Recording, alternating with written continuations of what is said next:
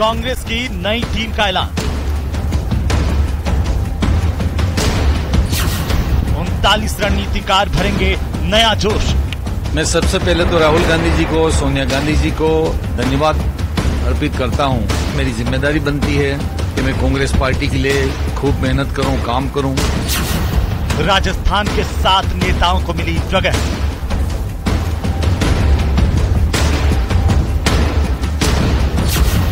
तीन साल बाद मिला पायलट को पार्टी में पद।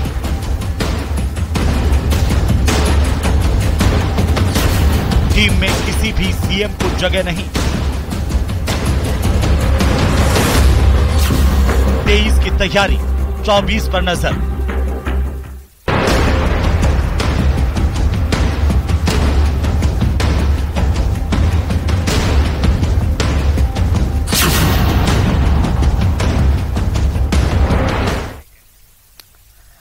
की तैयारी, 24 पर नजर। नमस्कार, बहुत बहुत स्वागत आप सभी का। शाम के 6 बजने वाले हैं और वीकेंड के सबसे भरोसेमंद डिबेट शो में आप सबका स्वागत। आप सबके साथ मैं हूं प्रियंका राय। कांग्रेस ने आगामी चुनाव को लेकर तैयारियां तेज कर दी हैं। कांग्रेस अध्यक्ष मल्लिकार्जुन खड़गे ने अपनी नई टीम की लिस्ट जारी कर दी है, जिसमें 39 नेताओं के नाम शामिल हैं और इस टीम में सचिन पायलट के साथ साथ राजस्थान से 7 नेता शामिल किए गए हैं। मतलब साफ है कि यह कांग्रेस की नजर इस वक्त विधानसभा चुनाव के साथ साथ लोकसभा चुनाव पर भी है और अब देखना होगा ये टीम कांग्रेस को आगामी चुनाव में कितनी मजबूती दे पाएगी।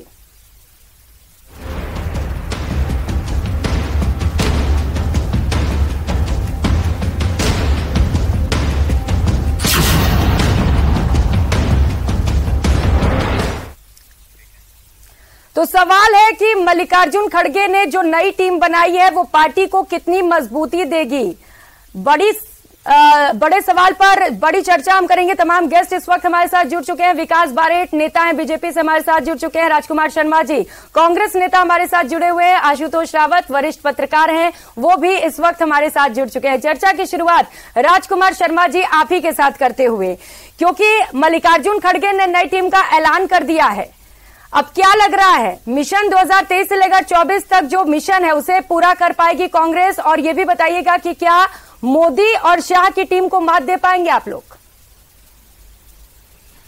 देखिए प्रियंका जी, सबसे पहले तो सीडब्ल्यूसी के समस्त मेंबर बने हैं, मैं अपनी ओर से, पूरी कांग्रेस पार्टी की ओर से, राजस्थान कांग्रेस की ओर से सभी को शुभकामनाएं प्रेषित करता हूं। आदरणीय खड़गे साहब का आभार प्रकट करते हैं और निश्चित रूप से जो नई सीडब्ल्यूसी बनी है ये भारतीय जनता पार्टी को शिकस्त देने में बहुत ज्यादा हमारी मदद करेगी। 2023 के विधानसभा के समस्त चुनाव में, राजस्थान में, छत्तीसगढ़ में, एमपी में और जो एक अन्य जगह चुनाव है वहां पर कांग्रेस पार्टी निश्चित तौर से विजय होगी। 2024 में भारतीय जनता पार्टी को इन राज्यों से अत्यधिक सांसद हम नहीं लेने देंगे। मैं राजस्थान की बात करूं तो राजस्थान में प्रियंका जी इस बार 2023 में तो रिवाज बदलेगा और 2024 में हम राज बदलेंगे। इस मिशन को लेकर हमारी कांग्रेस पार्टी चल रही है। राजस्थान की जनता ने भी इस बार मन बना लिया है। प्रियंका जी, राजस्थान में जनता का मूड बहुत अच्छा है इस बार वो कांग्रेस पार्टी को राजस्थान में रिपीट करना चाहते हैं और 2024 के अंदर 25 के 25 राजस्थान के सांसदों को नहीं देने का मन उन्होंने मना लिया है। ये सारा का सारा वाकया अभी तक राजस्थान की जनताओं में, चौपालों पे, थड़ियों पे, गलियों में, वार्डों में, गांवों में, ढाणियों में देखने को मिल रहा है। और इस बात को लेकर के भारतीय जनता पार्टी बहुत ज्यादा पशोपेश में है कि राजस्थान में खासकर अशोक गहलोत जी का मुकाबला भारतीय जनता पार्टी कैसे करे। भारत के प्रधानमंत्री राजस्थान बार बार स्वयं आ रहे हैं, पूरा मंत्रिमंडल उनका राजस्थान में डेरा डाले हुए है। 200 के 200 विधायक अन्य इलाकों से, अन्य राज्यों से यहां पर आए हुए हैं, डेरा डाले हुए हैं और अशोक गहलोत जी का तोड़ उनको कोई नजर नहीं आ रहा है। और कांग्रेस पार्टी हमारी पूरी कमर कस चुकी है। हमारे मंडल अध्यक्ष, वार्ड अध्यक्ष, ब्लॉक अध्यक्ष, जिला अध्यक्ष, प्रदेश अध्यक्ष और ऑल इंडिया अध्यक्ष सब लोग मिलकर चुनाव लड़ेंगे। और सचिन पायलट जी को लेकर के जो बार बार भारतीय जनता पार्टी बार बार हमको टोकने का प्रयास करती थी, आज सचिन पायलट जी को भी सीडब्ल्यूसी में स्थान मिला है। निश्चित तौर पे उनका भी लाभ राजस्थान में मिलेगा। और अशोक गहलोत जी, सचिन पायलट जी, रोहतासरा जी, रणदावा जी, सब लोग यहां राजस्थान में मिलकर चुनाव लड़ेंगे और भारतीय जनता पार्टी को पहले से बेहतर तरीके से हम लोग शिकस्त दे पाएंगे। इस बात का मूड जनता ने भी बना लिया है और कांग्रेस पार्टी ने अपनी कमर कस ली है। ठीक है, जनता ने मूड बना लिया। विकास बारेट जी कह रहे हैं कि 23 में रिवाज बदलेंगे और 24 में राज बदलेंगे। अशोक गहलोत का तोड़ है ही नहीं आपके पास, क्या कहेंगे इस पर? देखिए, बिल्कुल मैं मेरे साथी प्रवक्ता आदरणीय राजकुमार जी की बात से बिल्कुल सहमत हूं। रिकॉर्ड तो ये जरूर इन्होंने बनाया है और रिवाज भी ये जरूर बदलेंगे, क्योंकि आज से पहले इनके मंत्रियों ने कभी कहा नहीं था कि हम एक फॉर्च्यूनर में विधानसभा में जाएंगे, तो अगर ये एक फॉर्च्यूनर में विधानसभा जाएंगे तो ये जरूर एक नया रिकॉर्ड होगा इनके लिए 200 सीटों की हमारी विधानसभा में। और रिकॉर्ड इन्होंने इस कार्यकाल में कई बनाए हैं। आज तक जितनी भर्तियां हमारे राजस्थान में लगातार लीक हुई हैं, जिसमें सरकार से जुड़े हुए लोगों के नाम आए हैं, इनके जो यहाँ की पीसीएस है, पब्लिक सर्विस कमीशन जो है, उसके लोगों को गिरफ्तार किया गया है। बड़े बड़े लोगों के जांचों में नाम आए गए और उन जांचों को किस प्रकार डाइवर्ट किया गया, किस प्रकार युवाओं के हितों के साथ समझौता हुआ, इसका भी एक रिकॉर्ड इन्होंने बनाया है। रिकॉर्ड एक और बना है, हमारे यहां पर पिछले 5 साल में तकरीबन 3,500 सामूहिक बलात्कार राजस्थान में हुए हैं। यह रिकॉर्ड अपने आप में राजस्थान को शर्मसार करने वाला रिकॉर्ड है। यह भी इनकी राजस्थान सरकार ने ही बनाया है। इसके अलावा अपनी ही सरकार के प्रदेशाध्यक्ष अपने विधायकों को लेकर अपनी ही सरकार को गिराने के लिए बाहर जाके बैठ गए और पूरा राजस्थान उस त्रासदी के समय एक एक व्यक्ति इनकी तरफ आशा से जब गुहार कर रहा था कि सरकार आएगी, हमारी मदद करेगी, लेकिन ये अपनी कुर्सी बचाने के लिए भाग रहे थे। ये रिकॉर्ड भी इन्होंने पहली बार बनाया है। स्वयं पुलिस के अधिकारियों के द्वारा बलात्कार किया गया। जिस पुलिस को, जिस प्रशासन को, इस सरकार को रेगुलेट करके जनता को न्याय प्रदान करना चाहिए था, स्वयं पुलिस ने जो है वो इस समाज में, इस हमारे प्रदेश में हमने देखा कि पुलिस के लोग तक जो है वो बलात्कार की घटनाओं से जुड़े रहे। ये रिकॉर्ड भी इसी सरकार ने बनाया है। एसीबी के द्वारा जितने भ्रष्ट अधिकारियों को ट्रैप किया गया है आपके पास, क्योंकि कांग्रेस लगातार कह रही है कि आपके पास कोई लोकल चेहरा ही नहीं है, मोदी के नाम पर ही चुनाव लड़ते हैं आप लोग। कौन है वो लोकल? प्रियंका जी, मैं आपको निवेदन करूं, हमारे यहाँ हमारी पार्टी जो है वो नीचे से शुरू होती है। हमारे यहाँ ऊपर से फैसले नहीं आते। हमारे यहाँ पर पार्टी जो तय करती है वही हम लोग मानते आए हैं। आज हमारी पार्टी ने एक ऐसा मजबूत चेहरा न सिर्फ हमारे देश को बल्कि पूरे विश्व को दिया है, जो हर प्लेटफॉर्म पर, हर फोरम पर पूरे विश्व का प्रतिनिधित्व कर रहा है। आज हम देखते हैं जब यूक्रेन और रूस में युद्ध होता है तो लोग, दूसरे देशों के लोग भारत का झंडा लगाकर, वहां से पढ़ने वाले विद्यार्थी हो चाहे कामकाजी व्यक्ति हो, वो सब हमारे झंडे का अपनी बसों के ऊपर लगाकर उसका इस्तेमाल करके अपने प्राण बचाते हैं। तो ये सब अगर संभव हो पाया है तो इस विश्वव्यापी चेहरे की वजह से संभव हो पाया है, जो हमारे आदरणीय प्रधानमंत्री, लोक लाडले प्रधानमंत्री श्री नरेंद्र मोदी जी हैं। मुझे नहीं लगता कि नरेंद्र मोदी जी जैसे चेहरे पर, जिसके भरोसे पूरी आसपास के विश्व के कई देशों में यह आशा है कि नरेंद्र मोदी जी हमारा नेतृत्व करेंगे और इस युग में हमें दिशा प्रदान करेंगे। हम राजस्थान के अंदर हमारा कार्यकर्ता, भाजपा का कार्यकर्ता चुनाव लड़ेगा और अभी चेहरा तय होगा नहीं होगा ये सब पार्टी के आला कमान जो है, वो पार्टी का जो पार्लियामेंट्री बोर्ड है वो तय करेगा। अगर चेहरा तय करते हैं तो भी हम उसी ताकत से चुनाव लड़ेंगे, और अगर चेहरा तय नहीं भी करते तो हम आदरणीय नरेंद्र मोदी जी के चेहरे पर चुनाव लड़ेंगे। ठीक है, तो आप कह रहे हैं कि चेहरा तय किया जाए चाहे ना किया जाए, नरेंद्र मोदी के नाम पर चुनाव लड़ेंगे। आशुतोष रावत जी आपके पास, हमारी पार्टी के कार्यकर्ताओं ने और राजस्थान की जनता ने, प्रियंका जी, ये तय कर लिया है कि हमें इस सरकार को उखाड़ के फेंकना है, और जो इनका सपना है फॉर्च्यूनर में विधानसभा जाने का, वो सपना इनका साकार करके देना। कह रहे हैं इस बार रिवाज बदलेंगे 2023 में। ठीक है, मैं आऊंगी आपके पास। आशुतोष रावत जी आपके पास आते हुए, क्योंकि सीडब्ल्यूसी का ऐलान कर दिया गया है, 7 नेता राजस्थान से शामिल किए गए हैं, कैसे देखते हैं इसे? क्या मैसेज देने की कोशिश? देखिए प्रियंका जी, आज जो कांग्रेस ने अपनी वर्किंग कमेटी की घोषणा की है और उसमें से जो 7 नाम राजस्थान से लिए गए हैं, निश्चित तौर पर यह कांग्रेस की अपनी चुनावी रणनीति, क्योंकि 3 राज्यों में चुनाव है और राजस्थान उनके लिए बहुत उम्मीद वाला राज्य है, क्योंकि यहाँ उनको सरकार वापस होती हुई दिख रही है। इसलिए 7 चेहरों को शायद शामिल करके कांग्रेस से संदेश देना चाह रही है कि हम राजस्थान को पूरा मौका देना चाहते हैं, यहाँ के लीडरशिप को लगातार प्रतिनिधित्व देना चाहते हैं।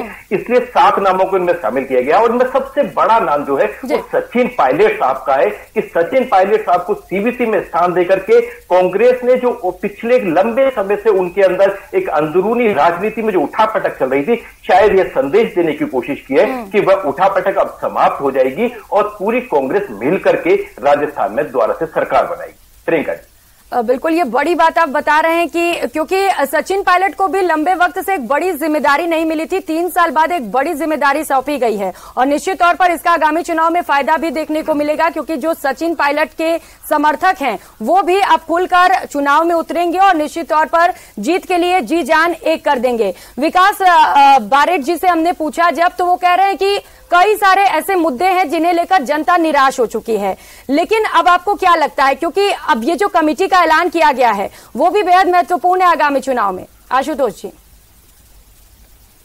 जी बिल्कुल प्रियंका जी, देखिए कांग्रेस के लिए तो यह जो वर्किंग कमेटी है यही इनके सारे कोर डिसीजन लेने वाली कमेटी होती है। कांग्रेस के लिए सबसे महत्वपूर्ण सत्ता यही है। तो इसमें अगर आप 7 नाम राजस्थान से माने, लेकिन अगर जो 39 लोगों की कोर कमेटी है उसमें भी 3 नामों को राजस्थान से जगह देकर के पॉलिटिकल बहुत बड़ा मैसेज देने की कोशिश की गई है। सचिन पायलट साहब को उनमें शामिल किया गया है। अभी राहुल गांधी जी की एक सफल सभा का जो आयोजन कांग्रेस ने आदिवासी इलाके में किया गया, उसका रिवार्ड महेंद्र जी मालवीय को इस कमेटी में शामिल करके लिया गया है। हालांकि भंवर जितेंद्र सिंह जी का नाम मुझे लगता है कि शायद वो पहले से राहुल गांधी जी की गुडविल में है, उसका इनाम उनको मिला है। हालांकि मैं इस लिस्ट से एक चीज से निराश हूं, शायद कांग्रेस के लोगों को यह सही नहीं लगे, लेकिन कांग्रेस ने जो उदयपुर संकल्प व्यक्त किया था जिसमें कहा था कि हम 50 वर्ष से कम उम्र के 50% लोगों को प्रतिनिधित्व देंगे, लेकिन इस लिस्ट पर अगर आप प्रियंका जी गौर करें तो इसमें मुश्किल से 2 या 3 नाम,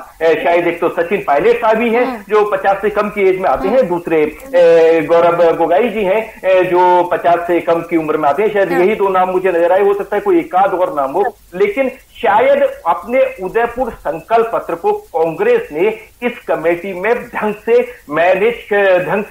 इम्प्लांट नहीं किया है। और दूसरी चीज मुझे उसमें इस लिस्ट में जो खली वो ये थी कि भविष्य के नेताओं पर बहुत ज्यादा कांग्रेस ने फोकस नहीं किया है।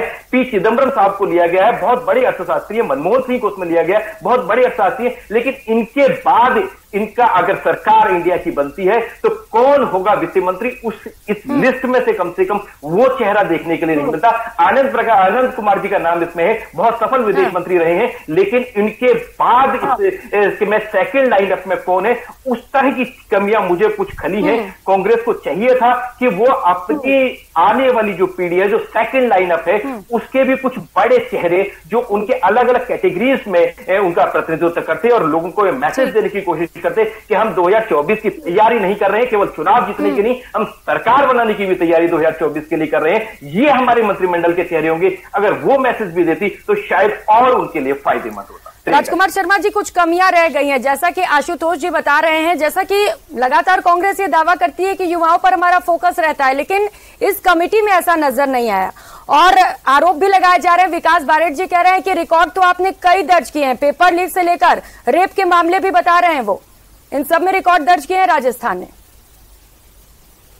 देखिए प्रियंका जी, सबसे पहले मैं बता दूं कि हमारी कार्यकारिणी ऑल इंडिया की बनना बाकी है। अगर कोई कमी इसमें रह गई है सीडब्ल्यूसी में तो वो उसमें दुरुस्त कर ली जाएगी। निश्चित तौर पे हमारा उदयपुर का जो संकल्प है उसको हम दोहराएंगे और हमारी जो ऑल इंडिया कांग्रेस कमेटी की कार्यकारिणी बनेगी उसमें उसको और अच्छे से उसकी पालना की जाएगी। रही बात मेरे जो भारतीय जनता पार्टी के प्रवक्ता साथी कह रहे हैं, मैं भारतीय जनता पार्टी को एक बात बोलना चाहता हूं कि भारतीय जनता पार्टी कान खोल के सुन ले कि राजस्थान की जनता ने मन बना लिया है। हमारी जो अच्छी अच्छी योजनाएं हैं उनको लेकर के हम दोबारा रिपीट करने जा रहे हैं। भारतीय जनता पार्टी बौखलाहट में, भारतीय जनता पार्टी को समझ में नहीं आ रहा है कि राजस्थान में किस चेहरे के माध्यम से हम चुनाव लड़े। बार बार आते हैं, भारत के प्रधानमंत्री जी का चेहरा लेके आते हैं, पार्षद के चुनाव हो तो भारत के प्रधानमंत्री जी का चेहरा लेके आते हैं, कोई और चुनाव तो भारत के प्रधानमंत्री का चेहरा लेके आते हैं ये लोग। मैं कह रहा हूं ये इस बार चुनाव होगा अशोक गहलोत पर से। अकेले ही सब पे भारी हैं, जब नरेंद्र मोदी का चेहरा सामने आता है तो सब फेल हो जाते हैं उनके आगे। तो ठीक है, देख लेंगे, जुम्मा थोड़े दिन रखें, 2-3 महीने की बात है, देख ली जाएगा कि नरेंद्र मोदी जी भारी पड़ते हैं या अशोक गहलोत जी भारी पड़ते हैं। मैं कह रहा हूं नरेंद्र मोदी जी अगर पूरे इंडिया में किसी से परेशान है कांग्रेस पार्टी के अंदर तो वो अशोक गहलोत जी को लेकर परेशान है। भारतीय जनता पार्टी इस वक्त परेशान है, पशोपेश में है, तो वो राजस्थान को लेकर के, राजस्थान को उनको भारतीय जनता पार्टी में कोई चेहरा नजर नहीं आ रहा और जो चेहरा उनका है वो पिछले 8-10 दिन से दिल्ली में डेरा डाले हुए हैं। ये समझ में नहीं आ रहा कि उनका उपयोग राजस्थान में किस तरीके से किया जाए। भारतीय जनता पार्टी के कार्यकर्ता बहुत परेशान है कि वसुंधरा जी को राजस्थान में ला दो तो उनकी बहुत बड़ी फॉलोइंग है, लेकिन भारतीय जनता पार्टी उनको लेकर परेशान है। लेकिन ये उनके परिवार का मामला है। मैं प्रियंका जी इतना कह सकता हूं कि हमने शानदार 4.5 साल में बेहतर काम किए हैं। राजस्थान की जनता को हमने लाभ दिया है, हमने राजस्थान की जनता को महंगाई से हमने राहत देने का प्रयास किया है और राजस्थान की जनता, अंतिम कोने पे बैठा हुआ व्यक्ति, गरीब को गणेश मान के हमने काम किया है और अंतिम व्यक्ति भी बार बार नारे लगा रहा है कि चौथी बार गहलोत सरकार, और ये नारे हम नहीं लगा रहे हैं, ये जनता लगा रही है। इस तरीके से योजनाएं सरकार की ओर से लागू की गई, वो कह रहे हैं कि सरकार के पक्ष में है लोग और जीत कांग्रेस की होने वाली है राजस्थान में। देखिए मैम, अगर लड्डू मन का ही हो तो मीठा क्यों प्रियंका जी, मीठा क्यों ना हो। देखिए, ये कह रहे हैं कि ये योजनाएं लेकर आए और इनकी पार्टी के बारे में, इनके कार्यकाल के बारे में ये बात कर रहे हैं। योजनाएं ये लेकर आए हैं अपने कार्यकाल के 5 साल पूरे हो जाने के बाद। आप बताइए कि अगर इनको ये योजनाएं वास्तव में जनता को देनी थी तो इनके राष्ट्रीय अध्यक्ष, तत्कालीन राष्ट्रीय अध्यक्ष जी जब आके कर्ज माफी के लिए कह के गए थे 1, 2, 3, 4, आपको भी वो गिनती याद होगी, जो गिनती अभी तक पूरी नहीं हो पाई है। 5.25 साल पूरे होने के बाद लोक लुभावन, लोगों को सिर्फ रिझाने के लिए, सिर्फ उनको ललचाने के लिए ये योजनाएं जो है वो रोज दे रहे हैं। क्यों? क्योंकि इनको पता है कि ये योजनाएं पूरी इनको नहीं करनी, इन योजनाओं को पूरा हमें करना पड़ेगा। जिले बना दिए, आप प्रियंका जी जानती हैं एक जिला जब बनता है तो उसके लिए इंफ्रास्ट्रक्चर खड़ा करना पड़ता है, पूरी व्यवस्थाएं वहां जुटानी पड़ती है। तो आप बताइए कि क्या 3 महीने लोग तो खुश है इससे, क्या जनता की खुशी लोगों आपको की अच्छी मांग नहीं लग रही है क्या? अगर ये वास्तव में प्रियंका जी ये मांग लोगों की पूरी करना चाहते थे तो 4 साल 4.5 साल बीतने के बाद क्यों, मैं ये पूछना चाहता हूं। दूसरी बात ये कह रहे हैं वसुंधरा जी दिल्ली में है। वसुंधरा जी हमारी राष्ट्रीय उपाध्यक्षा हैं दिल्ली, उनका आला कमान मेंबर ऑफ वो पार्लियामेंट्री बोर्ड, आला कमान की मीटिंग्स, जो राष्ट्रीय कार्यकारिणी की मीटिंग, उसके तहत उनको रोज दिल्ली जाना आना होता है। उनके ऊपर ये कह रहे हैं कि हम उनके अनुभव का लाभ नहीं लेंगे। वो हमारी 2 बार की मुख्यमंत्री रही हैं, हमारे पार्टी की सीनियर लीडर हैं, उनके अनुभव का, उनकी सीख का, उनके चेहरे का, उनके कद का, हर एक चीज का पार्टी समुचित उपयोग करेगी और ये पार्टी और पार्टी का पार्लियामेंट्री बोर्ड और हमारा संगठन तय करेगा कि किस प्रकार से किया जाएगा। इनके मुख्यमंत्री जी खुद इनकी मीटिंग्स में, अभी कुछ ही दिन पहले आपने देखा कि अपने मंत्रियों को इस प्रकार डांट रहे थे जिस प्रकार कोई 5वीं क्लास से छोटी क्लास के बच्चों को कोई टीचर डांटता है, और ये दावा करते हैं राजस्थान में सरकार बनाने का। लेकिन अब सचिन पायलट को मना लिया गया है, एक महत्वपूर्ण जिम्मेदारी भी CWC के जरिए उनको दे दी गई है। एक बड़ा मुद्दा मिला था बीजेपी को बीच में, खूब आप लोग बोल रहे थे कि इनके अंदर तो खुद ही में दिक्कतें चलती रहती हैं, कुर्सी की खींचतान है, वो दिक्कत तो खत्म हो गई। आप मुझे ये बताइए प्रियंका जी, जो स्टेटमेंट इनके मुख्यमंत्री जी ने सचिन पायलट जी के लिए दिए, आपके डिजिटल मीडिया में सेव है, मैं दरख्वास्त करूंगा आप एक बार अपने चैनल पे दोबारा से दिखाएं ताकि जनता को देखने का अवसर मिले। क्या वो स्टेटमेंट आज के बाद डिलीट हो जाएंगे? क्या सचिन पायलट जी गहलोत साहब के क्षेत्र में जाकर प्रचार करेंगे तो वो सब जनता को नहीं याद आएगा? क्या वो खुद भूल जाएंगे? और क्या गहलोत साहब मैदानों में उतरेंगे, वोट मांगेंगे वो भी? देखिए, ये इनकी पार्टी सत्ता के लिए भले ही भूल जाए, लेकिन इस राजस्थान की जनता उस समय को, उस जो बुरे दौर को जो भोगा है उसको कभी नहीं भूल सकती। जो इन्होंने एक दूसरे पर छींटाकसी करी, जो अमर्यादित, अशोभनीय, असांसदीय भाषा का प्रयोग किया गया, ऐसे ऐसे शब्दों का जो प्रयोग किया गया, प्रियंका जी कह रहे थे कि इसका फायदा मिलेगा आगामी चुनाव में। देखिए प्रियंका जी, भारतीय जनता पार्टी, मैंने कहा ना, बौखलाई हुई। हमारी जो अच्छी योजनाएं हैं जिससे 500 रुपए का सिलेंडर राजस्थान की जनता जय जयकार कर रही है, लेकिन जानवरों के टेस्ट फ्री, जानवरों की दवाइयां फ्री, जानवरों का बीमा। 4.5 साल जब सरकार का कार्यकाल पूरा हो गया तब योजनाएं लेकर आ रहे हैं आप, तब जिलों का ऐलान किया आपने, नए जिलों का। प्रियंका जी, पिछले कार्यकाल में हमने जानवरों के टेस्ट फ्री कर दिए थे, जानवरों की दवाइयां फ्री कर दी थी। 25 लाख रुपए का बीमा हिंदुस्तान में किसी भी बड़े COMD को नहीं है। 10 लाख रुपए दुर्घटना बीमा, जानवरों का बीमा, जानवरों का बीमा, जानवरों के टेस्ट फ्री, जानवरों की दवाइयां फ्री, इंसानों की दवाएं फ्री, इंसानों की टेस्ट फ्री। ये जो कोरोना आया, कोरोना में जो बच्चे अनाथ हो गए उनको सरकारी नौकरी देने का हमने प्रावधान किया है। तो मैं ये कह रहा हूं कि हमने तो राजस्थान की जनता को पूरा ख्याल रखा है। 8 रुपए में इंदिरा गांधी भोजन, प्रियंका जी, शानदार भोजन मिलता है 8 रुपए के अंदर, चमचमाती हुई थाली के अंदर 8 रुपए में मात्र भोजन मिलता है। 8-10 हजार रुपए के बड़े बड़े टेस्ट फ्री हैं, लाखों रुपए की दवाइयां, लाखों रुपए के बड़ी बड़ी बीमारियां फ्री है। राजस्थान की जय जयकार कर रही है जनता। 25 लाख रुपए का बीमा नहीं मिलता कभी भी। अनुकरणीय योजना के तहत छात्रों को राहत मिल रही है, पालनहार योजना में बच्चों को भोजन मिल रहा है। तो इतनी बड़ी बड़ी योजनाएं हैं। बच्चे विदेश जा रहे हैं, बुजुर्ग तीर्थ यात्रा कर रहे हैं, अभी नेपाल जाके हैं हमारे बुजुर्ग। तो राजस्थान का बुजुर्ग हो, नौजवान हो, सब लोग जय जयकार कर रहे हैं। और कोरोना में राजस्थान की जनता कहती है, प्रियंका जी, पूरे हिंदुस्तान ने सुना है, पूरी दुनिया ने सुना है कि भला है राजस्थान का। जी, अशोक गहलोत मुख्यमंत्री थे, कोई और मुख्यमंत्री होता तो न जाने राजस्थान का क्या होता हाल। मोदी जी ने भी तारीफ की कोरोना में हमारी, और मुख्यमंत्री जी ने कहा था किसी को भूखा नहीं सोने दूंगा। और आज आपके चैनल में फिर कह रहा हूं, 2023 में हम रिपीट करेंगे और राजस्थान की जनता को और बेहतर करेंगे, राजस्थान को और मजबूत करेंगे। हम चाहते हैं हमारा राजस्थान हिंदुस्तान के सब राज्यों में से टॉप राज्य बने। ठीक है, सोच बहुत अच्छी है आपकी। आशुतोष रावत जी, आपके पास आते हुए, ये जो नई समिति का ऐलान किया गया है, जो कमेटी बनाई गई है, उसे आप कैसे देखते हैं? कौन कौन से समीकरण साधने की कोशिश की गई है? देखिए प्रियंका जी, जैसा मैंने अपनी बात शुरू करने से पहले भी कहा था कि कांग्रेस इस बार आदिवासी वोटरों को लेकर के बहुत ज्यादा प्लानिंग करना चाहती है। पिछली बार जो उनको डेंट लगा था उसी क्षेत्र में, इस बार वो उस कमी को पूरा करना चाहती है। इसीलिए हम लोगों ने देखा कि जो नए जिलों की घोषणा थी, जो एक नया जो कमिश्नरेट बनाया गया वो भी आदिवासी एरिया से लिया गया। महेंद्रजीत मालवीय जी को जो इस वर्किंग कमेटी में लिया गया है, यह निश्चित तौर पर आदिवासी वोटरों को साधने के लिए एक बहुत बड़ा कदम है। हालांकि रघुवीर मीना जी उस समाज से पहले से आते थे, लेकिन शायद उनकी उम्र को मद्देनजर रखते हुए इस बार एक अपेक्षाकृत एक नौजवान, एक युवा को उन्होंने कांग्रेस ने इस बार शामिल किया है। सचिन पायलट जी को लेकर के गुर्जर समाज के साथ में ईस्टर्न राजस्थान को साधने की बहुत बड़ी कोशिश की गई है। भंवर जितेंद्र सिंह को लेकर के भी एक बड़े राजपूत समाज को साधने की निश्चित तौर पर कोशिश हुई है। तो हरीश चौधरी साहब को लेकर के शायद जाट समाज के अंदर भी ये मैसेज देने की कोशिश की है कि आपका प्रदेश अध्यक्ष भी हमारा जाट समाज से है और हम यहां भी आपको प्रतिनिधित्व दे रहे हैं। तो अलग अलग एरिया को अगर क्षेत्र वाइज देखें तो कांग्रेस ने बहुत अच्छे से इन वर्गों को साधने की कोशिश की है। कास्ट फैक्टर को भी ध्यान में रखा गया है। हालांकि अशोक गहलोत साहब की जो शिकायत थी ना कि वसुंधरा जी को कोई बड़ी जिम्मेदारी क्यों नहीं दे रहे हैं, प्रियंका जी हमारे सूत्र बता रहे हैं कि अगले 2-3 दिन में वसुंधरा जी को भी राजस्थान के लिए कोई बड़ी नई जिम्मेदारी भारतीय जनता पार्टी शायद 23 तारीख से पहले उनके लिए घोषणा कर देगी, जो उम्मीद की जा रही है। तो निश्चित तौर पर इस बार राजस्थान का रण जो होगा वो बहुत रोचक होगा। कांग्रेस ने बहुत काम किए हैं, कांग्रेस ने बहुत योजनाएं लेकर के आई हैं, और लेकिन उनके सामने जो होगा वो नरेंद्र मोदी और या फिर कह सकते हैं वसुंधरा राजे या कांग्रेस जैसी भारतीय जनता पार्टी मजबूत ऑर्गेनाइज्ड वे में काम करने वाली पार्टी होगी। तो इस बार निश्चित तौर पर राजस्थान के अंदर विधानसभा के चुनाव बहुत रोचक देखने के लिए हमको मिलेंगे। बिल्कुल, इस बार विधानसभा के चुनाव बेहद रोचक होने वाले हैं क्योंकि 23 के रण में कांग्रेस से लेकर बीजेपी लगातार अलग अलग तैयारियां कर रही हैं, बैठकें की जा रही हैं, अलग अलग समितियों का गठन भी किया जा रहा है। लेकिन विकास जी, अब सवाल उठ रहे हैं, क्या वसुंधरा राजे को बड़ी जिम्मेदारी मिलेगी अब?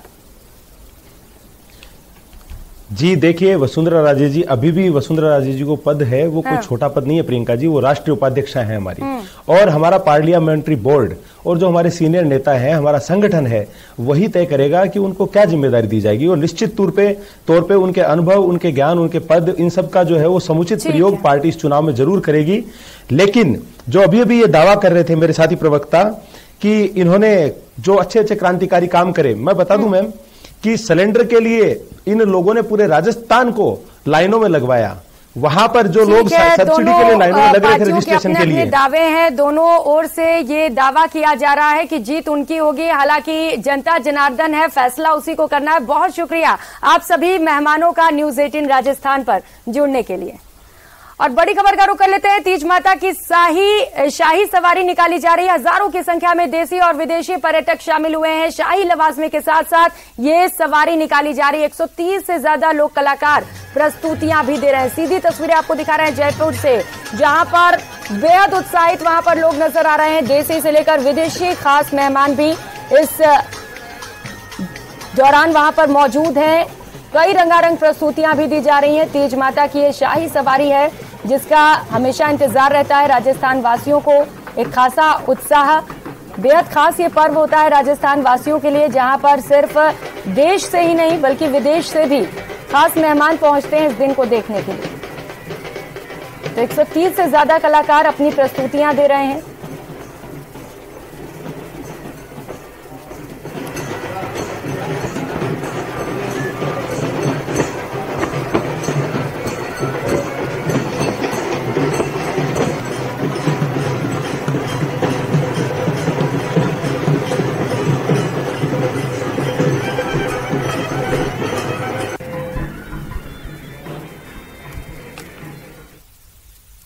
इस बुलेटिन में फिलहाल इतना ही। नमस्कार।